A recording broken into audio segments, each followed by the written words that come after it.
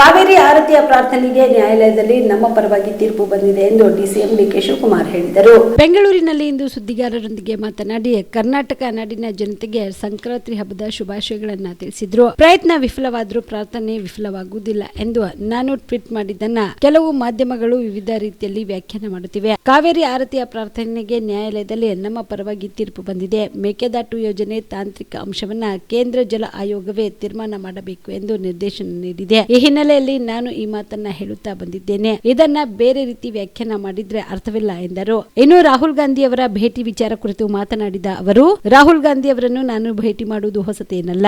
ನಾಳೆ ದೆಹಲಿಗೆ ಹೋದಾಗ ಎಲ್ಲ ನಾಯಕರು ಅಲ್ಲೇ ಇರುತ್ತಾರೆ, ಭೇಟಿ ಮಾಡುತ್ತೇನೆ ಎಂದರು. ನಮ್ಮ ಪಕ್ಷದ ನಾಯಕರನ್ನು ಅಧ್ಯಕ್ಷರನ್ನು ಭೇಟಿ ಮಾಡುವುದು, ಕರೆ ಮಾಡುವುದರ ಮೂಲಕ ಚರ್ಚೆ ಮಾಡುವುದು ಸಹಜ ಪ್ರಕ್ರಿಯೆ. ಅವುಗಳು ಸಾರ್ವಜನಿಕವಾಗಿ ಚರ್ಚೆ ಮಾಡುವುದಿಲ್ಲ ಎಂದು ಸ್ಪಷ್ಟನೆ ನೀಡಿದರು. ಹೇಳಿ ಸರ್. ಕರ್ನಾಟಕ ನಾಡಿನ ಜನತೆಗೆ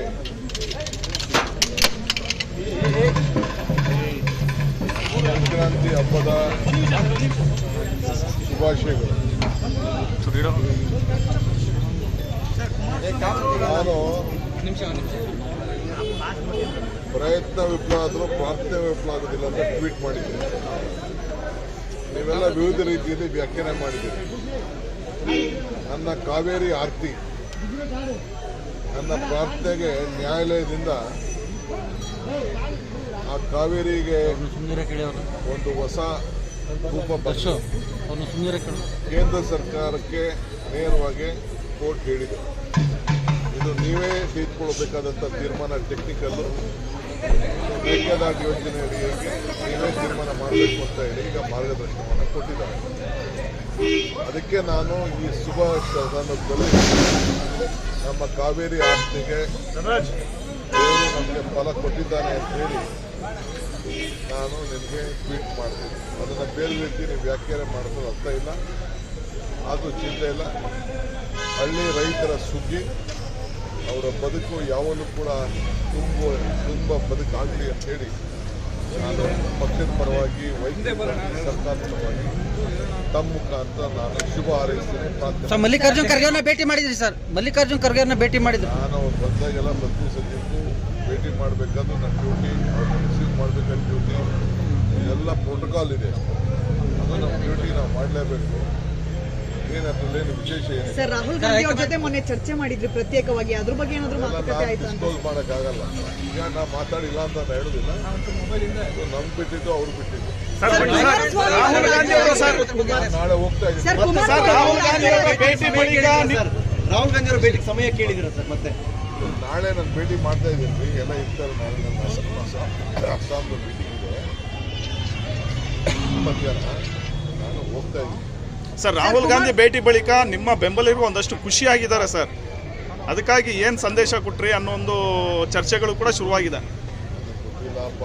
ರಾಹುಲ್ ಗಾಂಧಿ ಭೇಟಿ ಹೊಸ್ತೇನಲ್ಲ ರೀ. ಯಾರು ಹೇಳಿದ್ದು ನನಗೆ ಅರ್ಥ ಆಗಿಲ್ಲ. ನಮ್ಮ ಪಕ್ಷದ ವಿರೋಧ ಪಕ್ಷದ ನಾಯಕರುಗಳನ್ನ ಭೇಟಿ ಮಾಡೋಂಥದ್ದು, ಪಕ್ಷದ ಅಧ್ಯಕ್ಷ ಭೇಟಿ ಮಾಡೋಂಥದ್ದು, ಫೋನ್ ಮಾತಾಡೋದು, ಅವೆಲ್ಲ ಪಬ್ಲಿಕ್ಕಲ್ಲಿ ಪಬ್ಲಿಕ್ ಚರ್ಚೆ ಮಾಡೋದು ಮತ್ತೊಂದೇನಲ್ಲ ಸರ್. ತಮ್ಮ ಹಿತೈಷಿಗಳು ಬೆಂಬಲಿಗರ ಬಯಕೆಯನ್ನ ರಾಹುಲ್ ಗಾಂಧಿ ಅವ್ರ ಮುಂದೆ ಇಡ್ತೀರಾ ಸರ್? ಜೀವ super speciality trauma emergency 24x7 ತುರ್ತು ಚಿಕಿತ್ಸಾ ಸೌಲಭ್ಯವುಳ್ಳ ಆಸ್ಪತ್ರೆ. ತಜ್ಞ ಅನುಭವಿ ವೈದ್ಯರ ತಂಡದಿಂದ ಜೀವ ಸೂಪರ್ ಸ್ಪೆಷಾಲಿಟಿ ಆಸ್ಪತ್ರೆ ಪ್ರಾರಂಭ. ಕಲಬುರಗಿ ಮೂಲದ ವೈದ್ಯರು ಬೆಂಗಳೂರು, ಹೈದರಾಬಾದ್, ಮುಂಬೈನಲ್ಲಿ ಕಾರ್ಯನಿರ್ವಹಿಸಿದ ತಜ್ಞ ವೈದ್ಯರ ತಂಡದಿಂದ ಇವಾಗ ಕಲಬುರಗಿಯ ಜೀವ ಸೂಪರ್ ಸ್ಪೆಷಾಲಿಟಿ ಆಸ್ಪತ್ರೆಯಲ್ಲಿ ಗುಣಮಟ್ಟದ ಚಿಕಿತ್ಸೆ. ಅನುಭವಿ ವೈದ್ಯರ ತಂಡದೊಂದಿಗೆ orthopaedic, neuro surgery, general surgery, general medicine, urology, gastro surgery, obstetrics, paediatric, gynaecology, cardiology, neurology, dermatologist ಸೇರಿದಂತೆ OPD, IPD, ICU, NICU, ultrasound, 2D echo, laboratory, major OT ಸೌಲಭ್ಯದೊಂದಿಗೆ ಎಲ್ಲ ರೋಗಕ್ಕೂ ಒಂದೇ ಸೂರಿನಡಿ ರಿಯಾಯಿತಿ ದರದಲ್ಲಿ ಜೀವ ಸೂಪರ್ ಸ್ಪೆಷಾಲಿಟಿ ಆಸ್ಪತ್ರೆಯಲ್ಲಿ 24x7 ಎಮರ್ಜೆನ್ಸಿ ಚಿಕಿತ್ಸೆ ನೀಡಲಾಗುವುದು. ಹೆಚ್ಚಿನ ಮಾಹಿತಿಗಾಗಿ ಸಂಪರ್ಕಿಸಿ ಜೀವ ಸೂಪರ್ ಸ್ಪೆಷಾಲಿಟಿ ಆಸ್ಪತ್ರೆ, ನ್ಯೂ ಜೇವರ್ಗಿ ರಸ್ತೆ, Santosh colony, Kalaburagi. Mobile number 9380736005ಗೆ ಸಂಪರ್ಕಿಸಿ.